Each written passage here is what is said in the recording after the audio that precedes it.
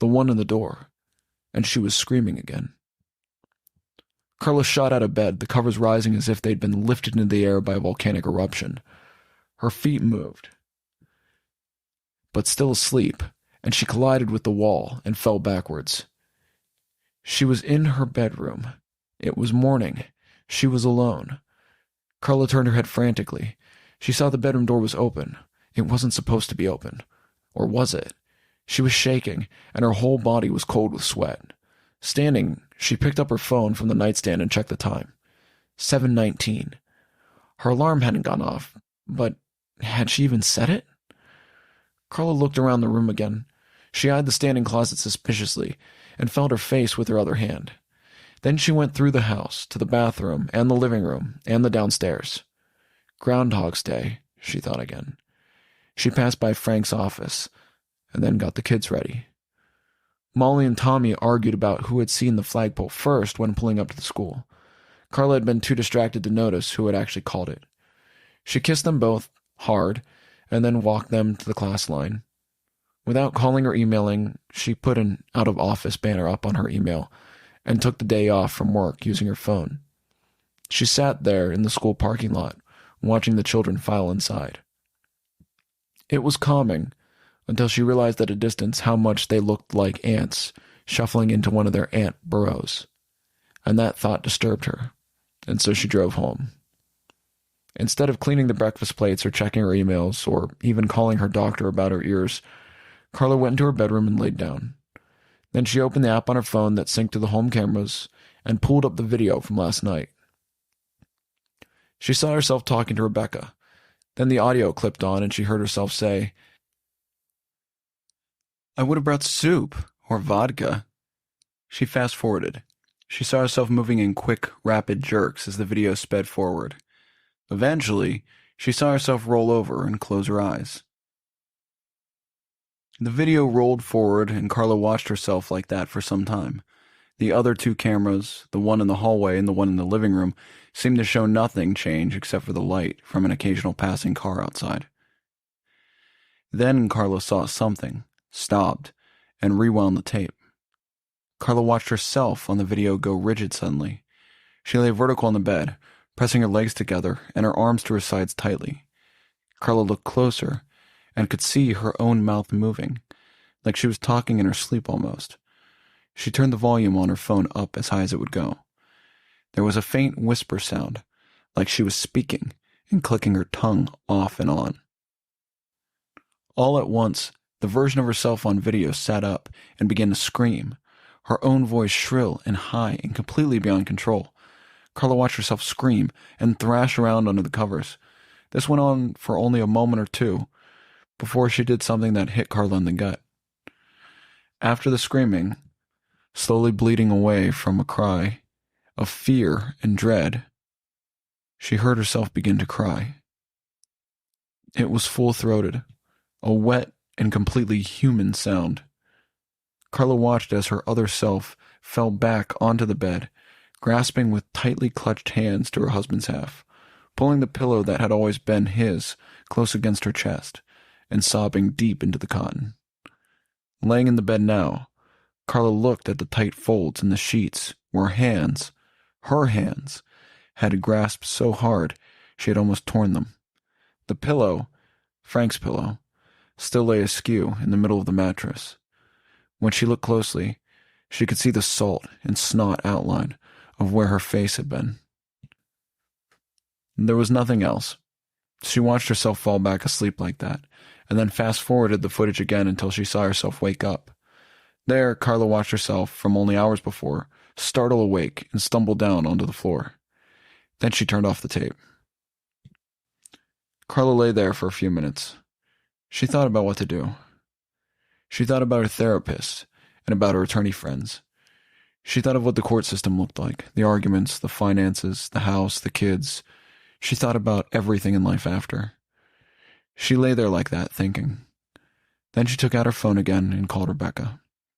"Hey, babe," Rebecca said, her voice sounding a bit more herself than before. "What's up?" "I can't find Frank," Karla said, the words tumbling out. "I haven't seen him since the other night, and he just hasn't been the same since I came back. Even before then, maybe. The whole of last year, I just don't know where he is. There was a long pause on the other end of the line. Carr, Rebecca said, concern in her voice. Are you being serious right now? Yes, Karla said, now feeling herself beginning to wobble. I just don't know what to do. I don't know if he's having an affair or if he just doesn't want to be here, but it's been 2 days and he doesn't pick up his phone and... Hold on, Rebecca said. Are you home right now? Where are the kids? Yes, I'm home. I took the day off. The kids are at school. Stay there, Rebecca said. I'm coming right over. Don't move. They were sitting in the living room. Rebecca hadn't wasted much time, but brought Karla into the room as if it were her own, as if she had lived here a long time. I was really worried when I left the first time, but I thought things had gotten better, she began, holding Karla's hand. When you asked for the book the other day, it had been long enough. I thought that we were all doing better now, Rebecca continued, and with each word, Karla felt like a pressure in her head was growing. What book? Karla asked, and she noticed the tension in it herself. The one you asked me for? The one I left on your bed the other day when you came back? Rebecca said softly. The one by the English guy, remember? Dr. Adam Oxford, from Oxford, the psychiatrist. You even made the joke that he was the most English guy you had ever heard of, and we both laughed. Karla didn't remember. She remembered Rebecca saying something about the book and the English guy, and that it was on her bed, but she didn't remember this conversation. Instead, Karla got to her feet and went to her bedroom. She felt Rebecca watching her, following her a few feet behind, like you would a child you didn't think could be trusted to themselves. Karla ignored this and went to the bedroom. She looked in her nightstand drawer and found nothing. The usual things, phone charger, pens, so on. Then after a moment she went to Frank's side and opened his drawer. And there she found it. Dr. Adam Oxford, The Process of Grieving, Moving Forward with Loss. Karla stood there like that for a long time. It was another moment she had to appreciate her friend, and that she didn't say anything or do anything other than just wait for her to ask the question. When did it happen? Karla asked. How? Rebecca sighed, her own voice sounding strained again. The pandemic. He got COVID right after it started. It got bad and they took him into the hospital. None of us could see him. You were home with the kids when it happened. You called me right after. Karla took a deep breath, and then another. There was no denying it. No screams of, no, this cannot be. Because she had already done that. 2 years ago. She remembered.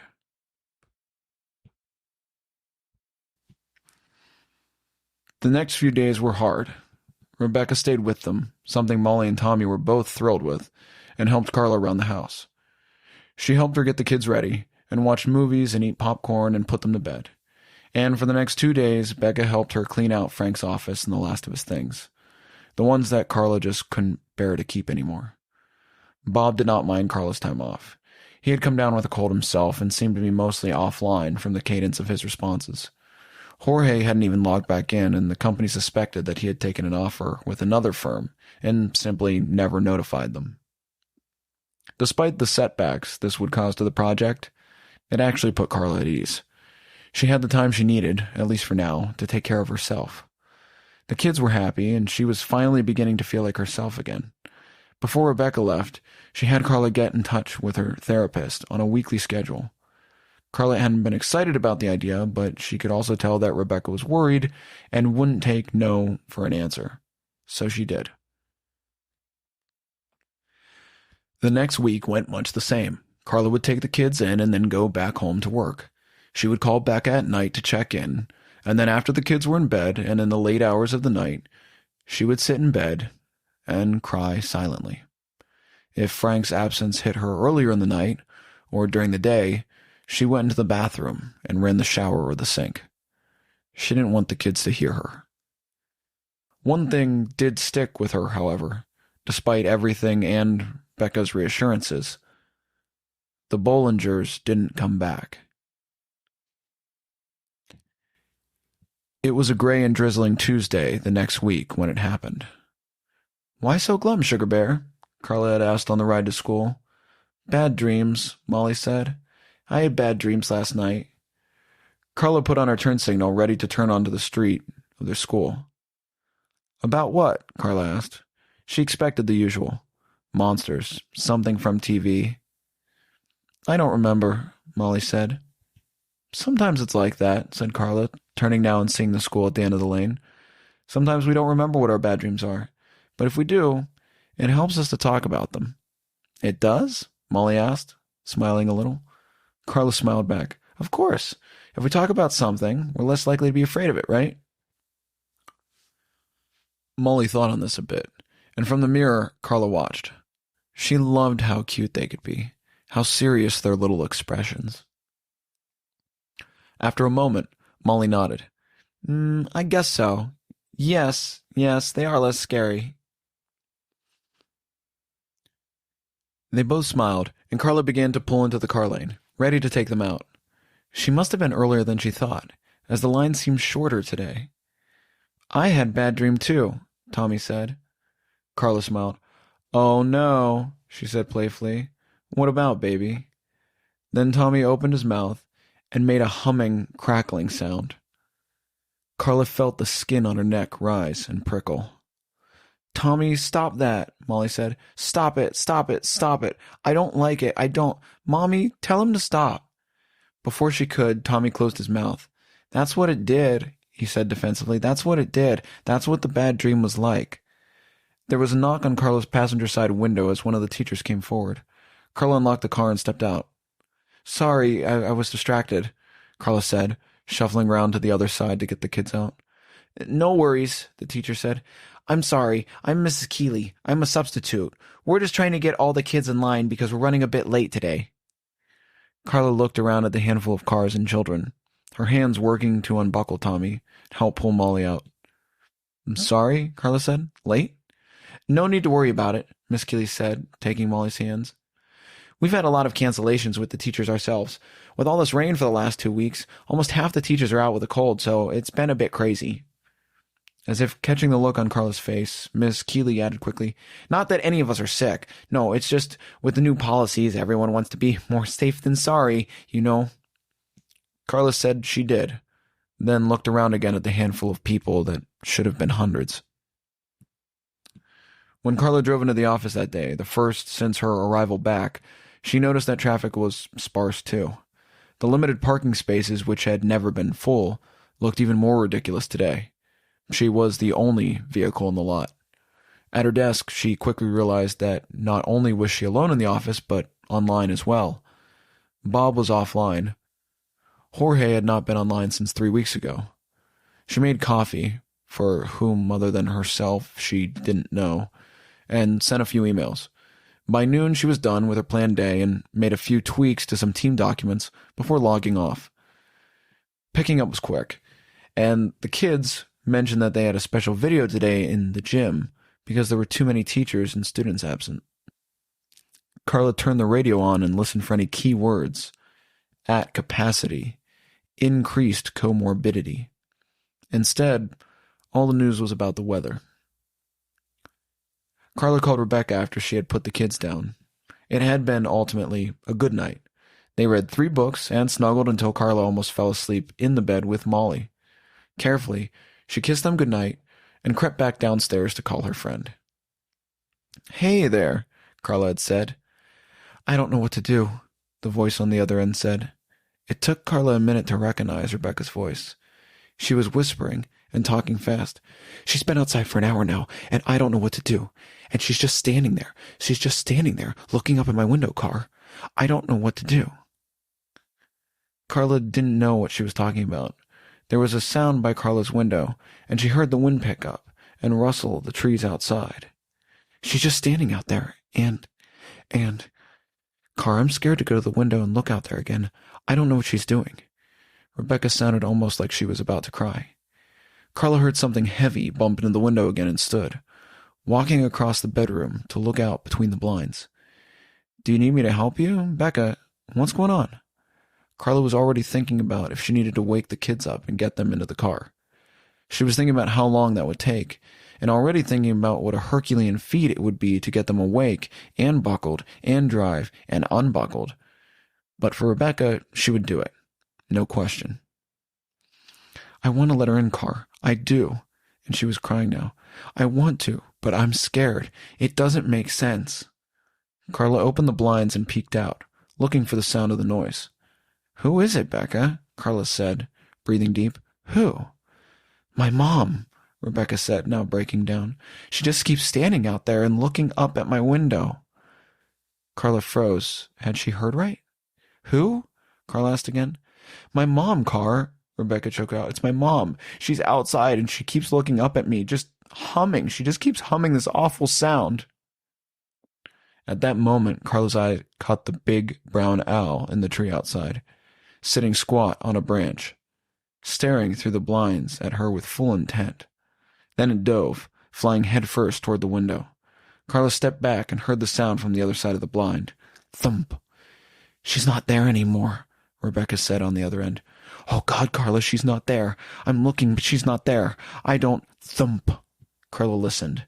She watched as the window bumped again and again, shaking the blinds, and she listened as she heard Rebecca cry, the two noises playing in cadence against the soft drumming of the rain. "Wait," Rebecca said, finally breaking the spell. I think she's at my door. Hold on." Karla heard her friend put the phone down. Then she heard Rebecca's voice call out, saying something not to her, but to the person on the other side of the door. "Rebecca, don't open the door," Karla said, softly at first. She wanted to scream it. She wanted to scream it loud. She wanted to scream it 2 minutes ago. But the line went dead a second later. Karla called her back, but there was no answer, and it rang until it went to voicemail. She was going. Karla made up her mind in that moment. She was going to go there. She was going to get the kids. She would get in the car and call the police on the way, and she would look like an idiot. A big part of her told her that. She would look like an idiot, the friend who picked up her drunk girlfriend's dial and panicked. She almost laughed. It was so simple. Thump. The sound of the owl, of the banging on the glass, brought her back a little bit. Thump. She put on a pair of jeans, wincing with each bang the bird made against the glass. Thump. She marched out of the bedroom and saw the shadow under the front door, the tall outline against the porch light behind it. And she knew that shadow and that outline. "Car," Frank said. "Car, let me in."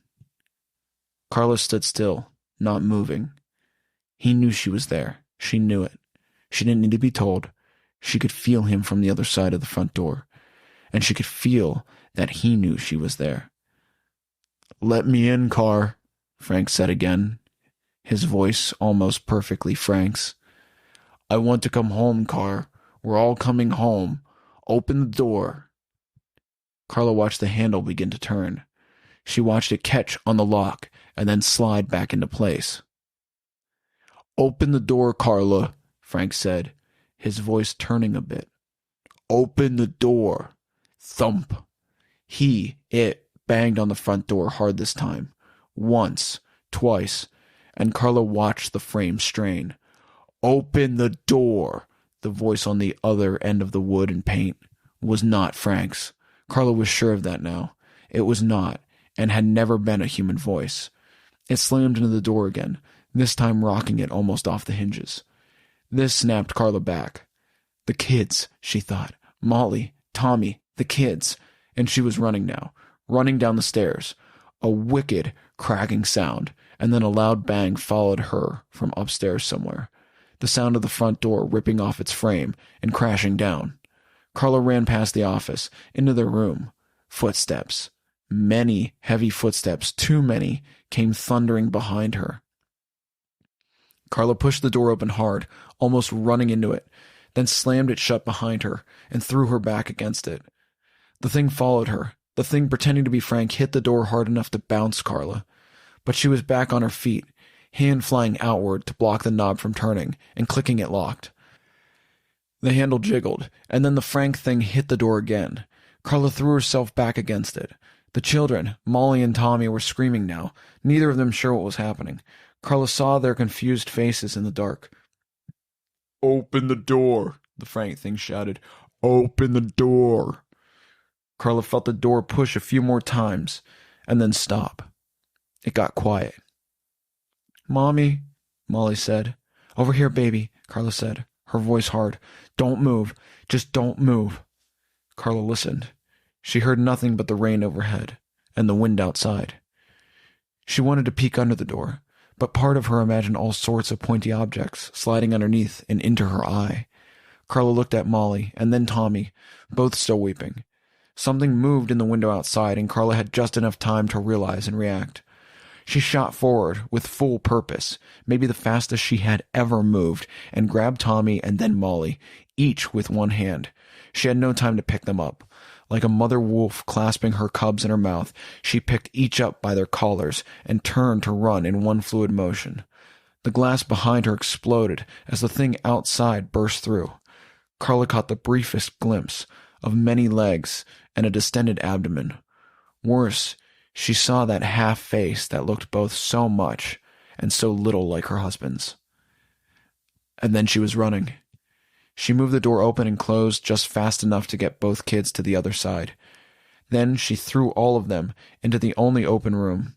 Karla kicked the office door shut with both feet. In the last instant she took Frank's heavy wooden desk and jammed it against the tiny door. It was one of the only things left in the little office that had been a windowless closet. But something fell off the top of it. The door shuttered, and the Frank thing on the other side pushed against it, over and over. Karla kept her legs pressed so hard against the desk, they began to turn to jelly after a few moments. The Frank thing pushed harder, and Karla could hear the wood of the desk cutting into the cheap office door, crunching wood on wood. She lay flat then, keeping her legs against the desk. Karla lay flat, legs holstered up as the monsters salted the other side. She felt Molly and Tommy lay over top of her, felt them press hard as they could into her, tiny fingers gripping like irons. They lay like that for a very long time. Long after the morning came and the banging stopped. Long after the power went out. Karla stayed there with Molly and Tommy, none of them moving, until they heard the loudspeaker from outside. The newsman, the one that there still were, would explain over the coming days of the event, the migration of owls, the extended rainstorm, the lights in the sky at night, and the humming. Many people were gone. Early estimates Karla saw on TV put it at roughly 20% of the local population. Probably more. Rebecca was gone. Karla had gone over to her house in the days after. Her phone was still there. Her door was open. Everything else was as it had always been. That had probably been the hardest part. For her. For the kids. The Bollingers, as well as at least 5 other houses on the street, now sat empty. Everyone agreed that, under the circumstances, school would need to be postponed until all the students and teachers could be accounted for. The state and federal governments had moved in immediately after the storm had passed. No one was allowed to leave or enter, and there was a curfew. The main roads into and out of town had been closed. Karla didn't have anywhere to go, or anyone to see. That Friday, they would have gone to school, or work. Instead, Karla drove the kids to the park.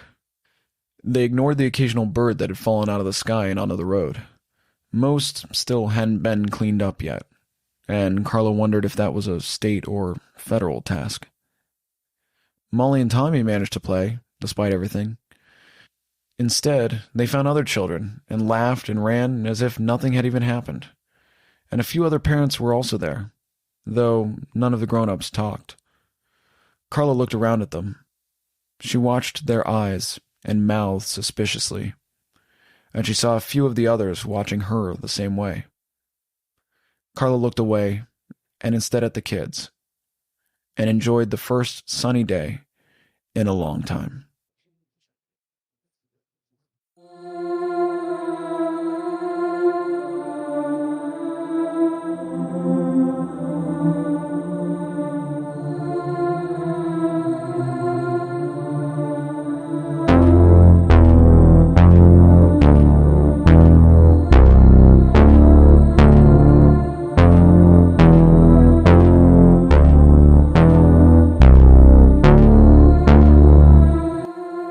Thank you for joining me tonight in the spine-tingling world of Familiar Strangers and the premiere of Read Before Midnight Season 2. I hope you enjoyed this thrilling start, and we've only just begun, and I can't wait to see where we go next.